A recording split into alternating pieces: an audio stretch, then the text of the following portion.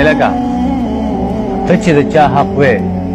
ستا به هم څوک حق وایي که نه چې دا ټول خلک دې ته پرېوځي چې د یو بل حقوق وایي نو په زما کې به فساد خورېږي که به نه خورېږي ډېره اسانه خبره دې کې څه نشته نو ځکه ورته وایي شعیب علیه السلام ولا تعثوا فی الارض مفسدین نبي علیه السلام د شعیب علیه السلام صفت کړو دا مې درته په صورت اعراف کې ویل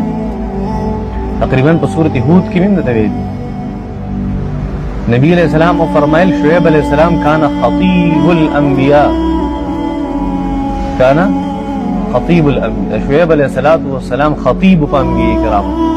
خبره به کوله کنه د خلکو زړونه به خوځول خدا دونه رزیل قوم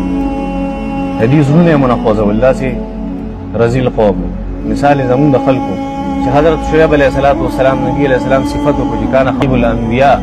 شعیب علیہ السلام سو د انبیاء کرام خطیب خبره په اثر نه کو د دې قوم په شان دا خبره شروع وسوي واتقوا الذي خلقكم والجبلة الأولين حضرت شعیب علیہ السلام واتقوا الذي دا غزاد نو یریږي خلقکم چې تاسو پیدا کړی والجبلة الأولين استاسو نه مخکې چې د غرونو په شان مضبوط خلق پیدا کړو د هغه ذات نو یریږي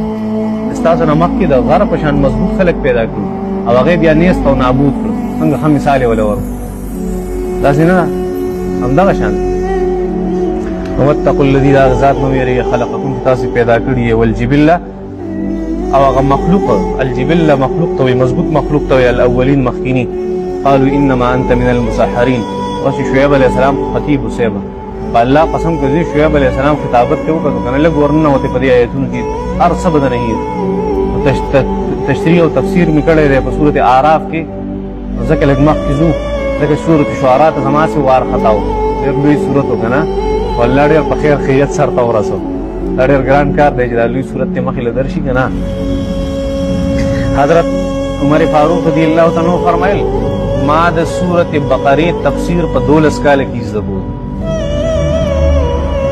ابي یو بهترین او خیالاوي زما مفسر په سلوي خروج کې ختمه قرآن ختمي یا لسی بارے د قرآن مجید مزید یار نو خو زو رازو قرآن نه ویلې مثلا موږ کمزوري بس دا لکچر کې هغه یو خبره وا هغه اور یا مقبول جان هغه یو لیکوالو کنه اوس هم پتن لې چې راځي کوم کې موږ اخبار کتو اوس نه وو اور یا مقبول جان خبر کوله زما یو مرګره و هغه موږ وای مانځل نه او جمعات ته وای بار راو ته موږ انتظار کوو هغه مونږ نه خاطر بار راو ما ته چې ډېر غټ ټایم دی په مانځو وانه وای ما ته وای چیرې تاسو مضبوط مسلمانان یې او تاسو ته ډېر آسان دی دا موږ کمزور مسلمان یو په قلار کوم چې غلطي پکې ونه کم چر تاسو تکړه مسلمانان یې موږ په ټایم او زر کولای شي موږ زر نشو کولای کمزوري مسلمانان بس موږ کمزوري مسلمانان یو دې چې دا لګ ډېر تکړه یو وځي کولای خان هغه خبره وکړه چې جواب وسره نو د قوم سره د خطابت ته حضرت د دعوت او د خطابت او د دلایل د حضرت شعیب علیہ السلام قال انما انت من المسحرین ته چرته تا باندې چا جادو کړی دی اپورونه هغه درې تفسیرونه هغه په دې کرایات کې ښه وما انت الا بشر مثلنا ته زمون په شانتي یو سړی